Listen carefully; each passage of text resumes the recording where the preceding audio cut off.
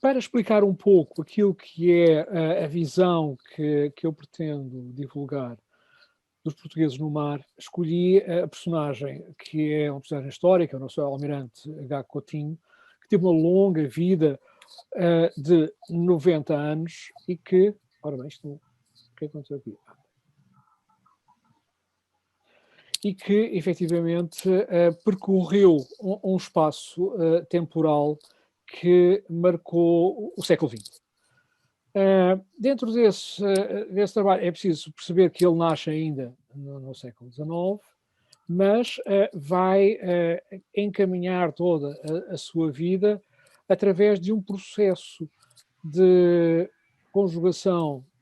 de atividade naval e atividade de geógrafo, ou seja, um homem de ciência, um homem militar, e que em todo o seu longo percurso teve sempre o cuidado de um rigor científico que ainda hoje nós podemos perceber e sentir. E uma particularidade foi numa reunião que eu tive com representantes do governo angolano, na remarcação da fronteira, que é um trabalho que está a ser feito agora por GPS, os dados de Gá Coutinho estão corretos e estão a ser validados com uma precisão incrível para um estudo que foi feito através das ferramentas possíveis no início do século XX e as ferramentas que hoje temos através de um contacto com satélites.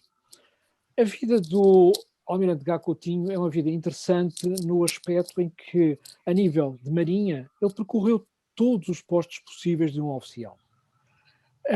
Se bem que alguns sejam já no final da sua vida e por mérito em si de toda a sua projeção nacional,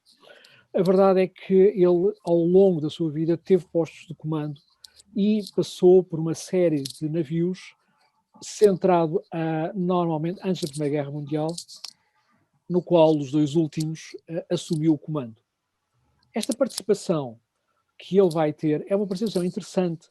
porque, a nível internacional, a sua vida como militar vai chocar ou vai se cruzar com momentos importantíssimos da vida nacional e da vida internacional, como o Ultimato Britânico, que está logo no início da sua carreira, a implantação da República, a Primeira Guerra Mundial, que é, no fundo, o ponto de ligação com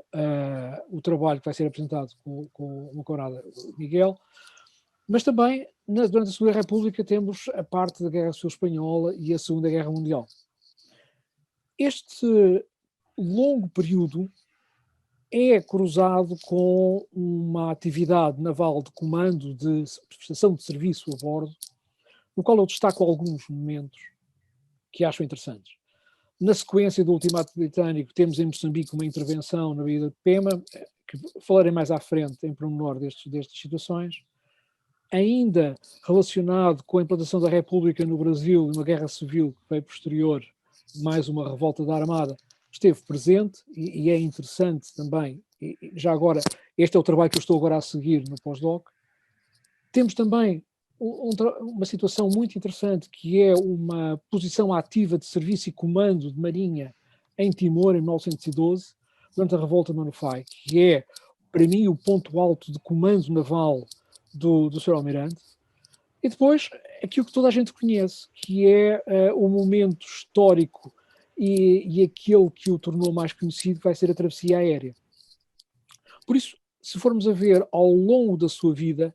ele vai tendo momentos em que interage porque as condições ou as relações internacionais com Portugal assim o obrigam, como também, acima de tudo, ele é escolhido por várias situações, muito pela sua própria competência.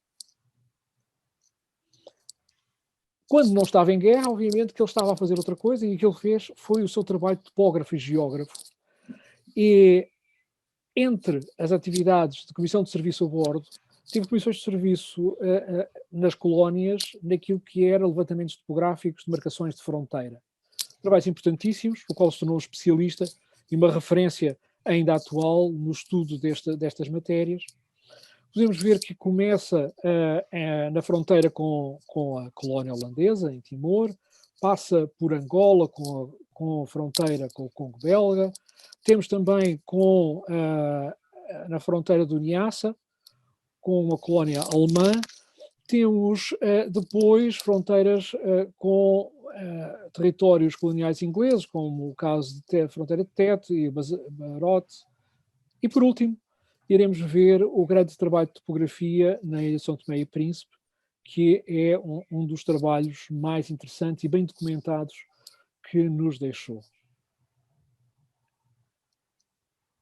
O interesse de falarmos sobre estas ações navais é para compreendermos que a Marinha tinha missões importantes. O navegar no mar tinha, acima de tudo, um trabalho de defesa da própria República, neste caso ainda da monarquia, e tem a ver esta missão de ocupação colonial. É um dos trabalhos que vai obrigar à atuação do almirante, neste momento ainda nos seus inícios como oficial, a agir para expulsar colonos ingleses de uma zona que delimitadamente era considerada portuguesa, mas que, se não tomássemos a posição territorial, ele pura e simplesmente seria passado para o lado inglês. E isto tudo advém, obviamente, primeiro da corrida para a África, em 1870, a seguir vem da questão do ultimato britânico. Outro momento alto muito interessante é o caso da proteção e apoio aos súbditos portugueses, súbditos na altura, hoje em dia cidadãos, e este trabalho que a Marinha faz e se desloca na proteção é focado, nesta época, com a intervenção de 2 navios, o Mindelo e o Afonso de Albuquerque, que estão na defesa daquilo que eram as pessoas que estavam na colónia portuguesa, ou os colonos portugueses, ou os imigrantes portugueses, como queiram chamar, depende dos pontos de vista.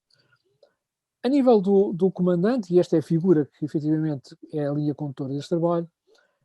é pouco falado aquilo que é o trabalho dele. Ele, enquanto esteve lá na Baía de Guanabara, teve várias intervenções, uma delas foi assumir como imediato do comandante Augusto Castilho, e também, um momento pouco falado, mas que se encontra nos arquivos do processo de Augusto Castilho, que é a obrigação de defender a integridade do navio Alice, que era um vapor de abastecimento que se encontrava na Baía e que perigosamente poderia ser tomado ou pelos revolucionários ou desembarcado à carga pelos governamentais, e ele tem ali um momento em que tem que decidir e responsabilizar-se para que tudo fosse feito de forma legal, sem pôr em causa a tripulação deste navio. Acontece que uma das questões que nós vamos ver no mar é que estes homens e a quantidade de oficiais, praças e sargentos adoecem. É uma vida muito dura, apesar de considerar que a nível de medicina os navios comportavam normalmente um corpo médico, ou médico, enfermeiros, mas o clima em si daqueles que tinham que trabalhar no Atlântico Sul e no Índico levava a que houvesse muitos que adoeciam, e a substituição era interessante e era obrigatória. Daí que Gá Coutinho acaba por regressar e não ser incluído naquilo que será uma longa história dos asilados brasileiros que vêm para Portugal, e ele acaba por regressar mais cedo e não acompanhar. E isto é um ponto que é interessante nós abordarmos, porque a história em si, mais corrente e mais divulgada, ele coloca-o ainda dentro dos navios quando existe a fuga dos revolucionários, e ele já não estava doente e colocado num hospital em terra. Depois será interessante perceber que ele, quando já é colocado como comandante do Rio Sado, um navio que está na estação naval da Índia, em Goa, também continua a fazer intervenções, e a Marinha tem intervenções de apoio ao exército em terra, e esta é uma das situações, também um dos trabalhos. A Marinha desembarca homens que depois foram auxiliar uma coluna militar do exército para defender a ordem pública e edifícios públicos. Ou seja, nós percebemos que defendem cidadãos, defendem património, têm que intervir para a defesa de si, do espaço territorial. São missões que nós encontramos ao longo do tempo, e no século XX também, para a nossa Marinha. Ela não navega só à espera do momento da guerra, como vai intervir na Primeira Guerra Mundial, mas existe uma certa quantidade de trabalhos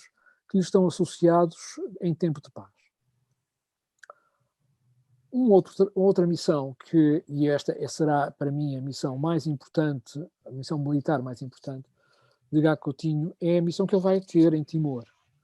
Ele acaba por substituir o comandante da Caminhoneira Pátria. Mais uma vez, o comandante adoeceu e foi necessária a substituição, daí ele ter que se deslocar de Goa, onde estava estacionado, para ir a Macau e depois para Dili.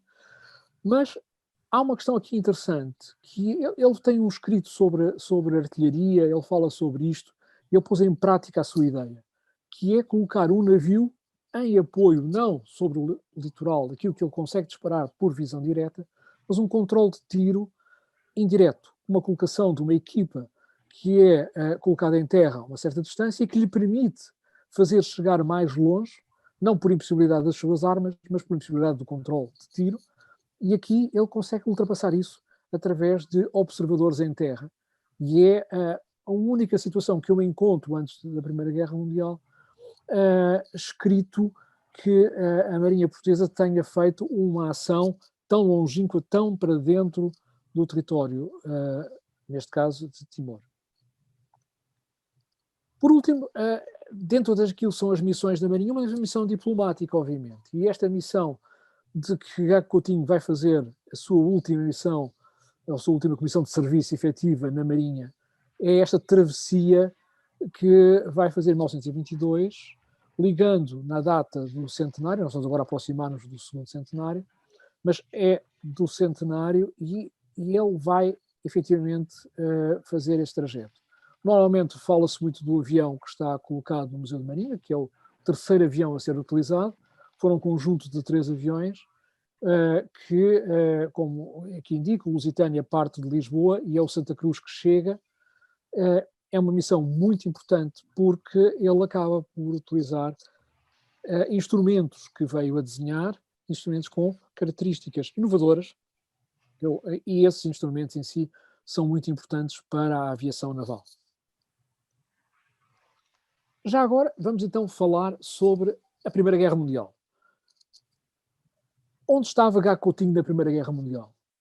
Ele praticamente não é falado nos escritos, mas ele estava em algum sítio. E o que acontece é que, após o atentado de Sarajevo, em 1914, ele ainda estava a fazer a fronteira com a Rodésia, entre Angola e a Rodésia, que é em Barote, e é nesse momento que ele sai. Não tenho nenhum escrito que diga que ele sai porque se está a antever a Primeira Guerra Mundial, mas tenho a perfeita noção de que estes trabalhos todos topográficos, tanto da equipa, que eram equipas mistas entre português e inglês, são dissolvidas no momento mesmo anterior ao início da Primeira Guerra Mundial.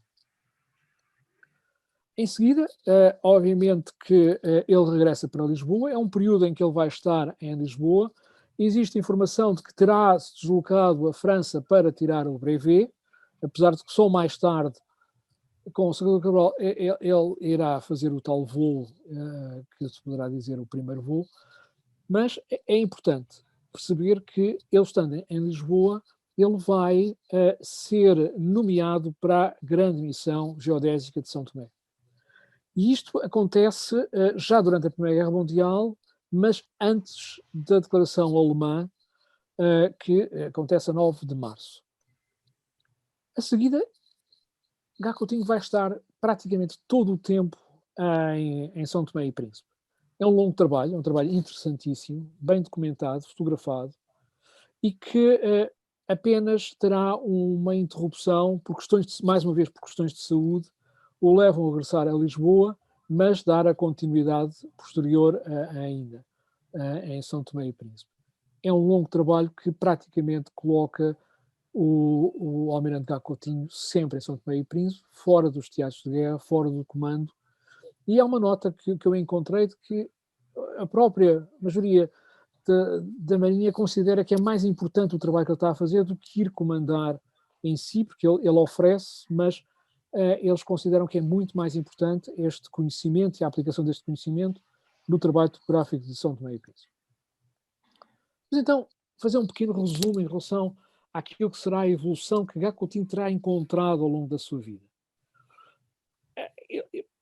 Ele inicia a sua carreira naquilo que é as corvetas mistas, o vapor está a ser introduzido, é um facto que são os últimos veleiros, há uma transformação da madeira em navios, em madeira para navios em ferro, navios em aço, ele vai acompanhar tudo isso. Ele vai acompanhar aquilo que é a TSF, as comunicações sem fios, que irão transformar por completo aquilo que é a guerra naval. A guerra naval deixa de ser uma guerra litoral para uma guerra que é possível ser feita fora do horizonte, porque eles podem comunicar, e vai encontrar a transformação para as grandes armas e, no final, a aviação. Ou seja, o período todo, sem falarmos, obviamente, depois, mais tarde, Segunda Guerra Mundial, que é completamente disparo daquilo que ele encontrou quando entrou na Escola Naval. Mas, em si, podemos ver que é um homem que acompanha uma evolução tecnológica e acompanha uma evolução da Marinha interessantíssima, que hoje em dia, por muito que seja feita uma evolução eletrónica e digital, não é tão discrepante do início ao fim de uma missão, de uma carreira militar. Para concluir, acho que será interessante verificar que Gá Coutinho é um exemplo em si de abnegação como oficial de Marinha. Viveu numa época de transformação sem nunca ter aderido àquilo que seria uma vida política, por exemplo, com grandes possibilidades disso, porque ele passou por um momento monárquico, passou pela Primeira República e pela Segunda República, não teve uma aderência àquilo que poderia ser, porque a sua projeção o permitia chegar onde quisesse. É um homem que, ao longo da sua carreira, fez uma carreira que lhe permitiu dois grandes momentos nos mares do Brasil, por isso a ligação também dele à história do Brasil, e dedicou-se essencialmente, fora daquilo da sua carreira militar, à ciência e à história. O que eu posso dizer é que, efetivamente, o Almirante foi um homem que Portugal deve reconhecer sempre que se fala de Marinha. Muito obrigado.